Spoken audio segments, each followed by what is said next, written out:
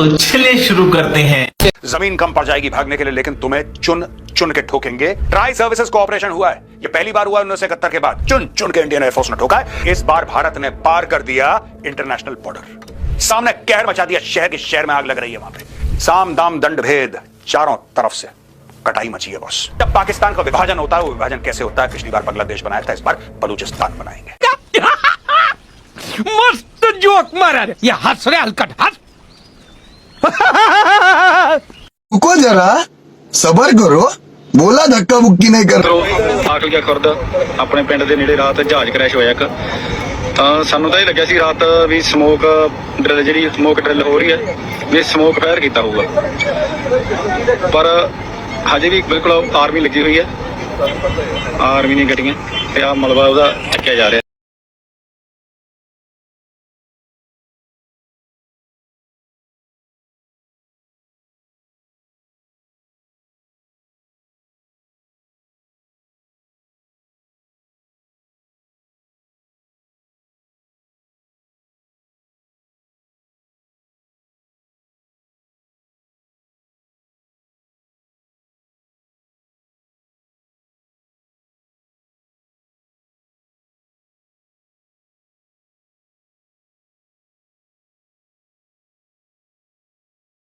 जिसपे भारत को घमंड था कि राफेल तैयारे हैं और राफेल तैयारे 3 तैयारे पाकिस्तान की जानिब से जो है गिराए गए हैं। पाकिस्तान की जानिब से भारतीय राफेल तैयारे गिराए जाने का असर सामने आ गया है।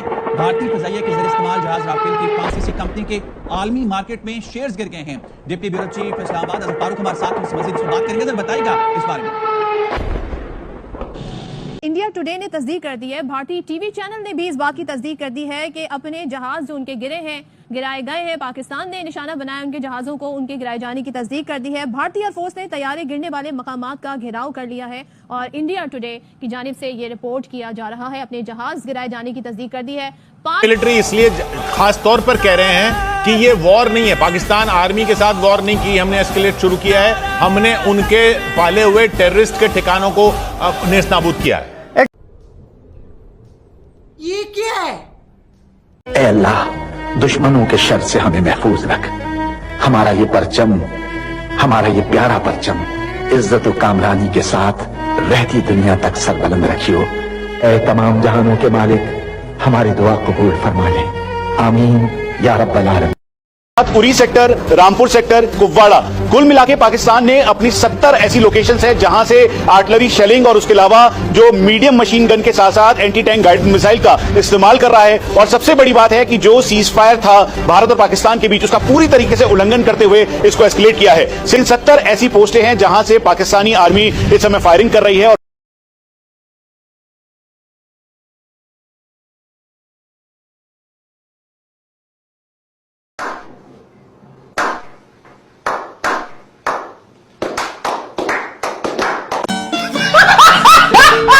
इंडियन मिसाइल यहाँ पे पहुंच कैसी गई? यहाँ पे अब आपको थोड़े फैक्ट्स ऑफ वॉर समझने। एक सवाल जो आम शहरियों के दिमाग में है कि इंडियन मिसाइल यहाँ पे पहुंच कैसी गई? यहाँ पे अब आपको थोड़े फैक्ट्स ऑफ वॉर समझने हैं। 150 kilometre from the line of control या बॉर्डर, जो इंटरनेशनल बॉर्डर होता है, वहां पे लो रेंज मिसाइल्स फायर करें तो कोई भी वेपन्स डिफेंस सिस्टम नहीं डिटेक्ट कर पाता। हमास जो रॉकेट्स फायर करता था वो इस तरह का डिफेंस सिस्टम भी डिटेक्ट नहीं कर पाता। लेकिन सिलेक्शन ऑफ टारगेट्स जो इंडिया ने की थी वो इतनी पोर थी कि इवन वो हमारा सिविलियन डैमेज नहीं कर पाए इतना। 2 मस्जिदें और एक डिस्पेंसरी को शहीद करने के अलावा उन पर दिखाने को कुछ नहीं है।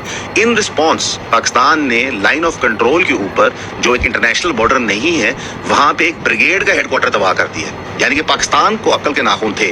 आपके बकौल एक टेररिस्ट स्टेट, आपके बकौल एक मिलिट्री जुंटा, उनको भी इतनी अक्ल थी कि सिविलियन को नहीं मारना चाहिए।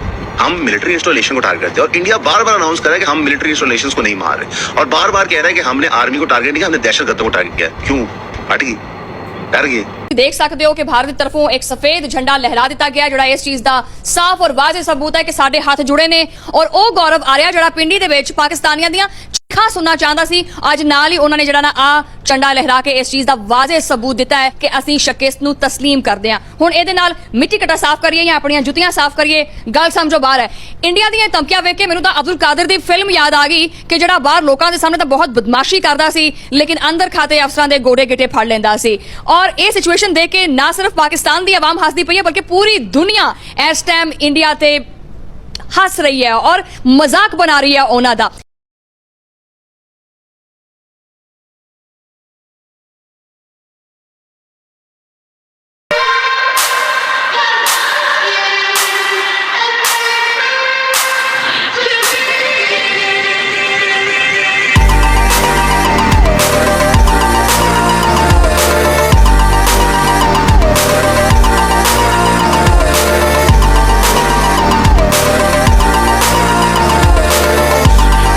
भारत के राफेल जेट्स के संबंध में बड़ी खबर, पाकिस्तानी बलों ने श्रीनगर एयरबेस पर मिसाइल हमला किया है। भारतीय विमानों के बारे में दुखद समाचार सामने आया है। भारत ने पाकिस्तान में 9 स्थानों पर हमला किया, जिसमें मिराज 2000 जेट, राफेल जेट्स और अन्य विमान शामिल हैं। पाकिस्तान ने एक कदम उठाया है जो स्थिति को युद्ध में बढ़ा सकता है। राफेल जेट श्रीनगर एयरबेस पर तैनात थे, जिसे पाकिस्तान ने क्रूज मिसाइलों से हमला किया। परिस्थिति युद्ध की ओर इशारा कर रही है। श्रीनगर एयरबेस पर शक्तिशाली विस्फोटों की आवाज सुनी गई और रिपोर्टों से पता चलता है कि भारतीय विमानों को नुकसान हुआ है। भारतीय राफेल जेट श्रीनगर एयरबेस पर तैनात थे। रिपोर्टों में बताया गया है कि 2 भारतीय जेट नष्ट हो गए।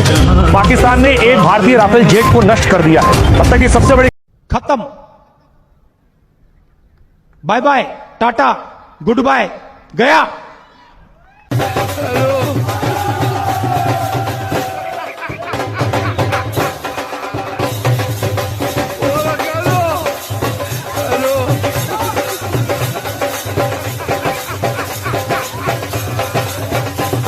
रुको जरा, सबर करो। भाई लाइफ में बड़े बड़े बदमाश देख रखे थे, लेकिन पाकिस्तान जितना बड़ा बदमाश मैंने अपनी लाइफ में नहीं देखा।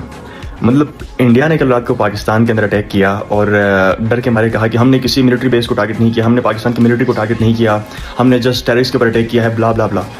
लेकिन फिर पाकिस्तान ने इंडिया की जो मिलिट्री के जट्स थे उन पर अटैक कर दिया, उनको मार गिराया और ऊपर से ऑन टीवी मीडिया के ऊपर आके धमकी दी इंडिया को कि तुमने मिलिट्री को टारगेट नहीं किया था, लेकिन अब हम तुम्हारी मिलिट्री को टारगेट करेंगे और बताएंगे तुम्हें कि हम क्या चीज़ है। इतनी बड़ी बदमाशी मैंने साउथ इंडिया की मूवीज में ही देखी। रजनीकांत भी इतना बड़ा बदमाश नहीं था मूवीज में, जितना बड़ा बदमाश पाकिस्तान रियल लाइफ में। भाई डर नाम की कोई चीज़ ही नहीं है। कल रात को जिस मस्जिद में अटैक हुआ था ना, आज फजर की नमाज में, उस मस्जिद में हज़ारों लोग जमा थे। भाई ये कौम कुछ और है, इस कौम के साथ नहीं हो सकता।